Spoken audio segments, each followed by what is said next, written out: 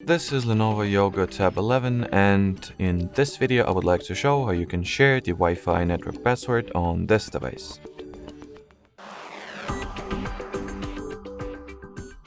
So the first order of business is to launch the control panel, then among the available shortcuts find and hold at the internet.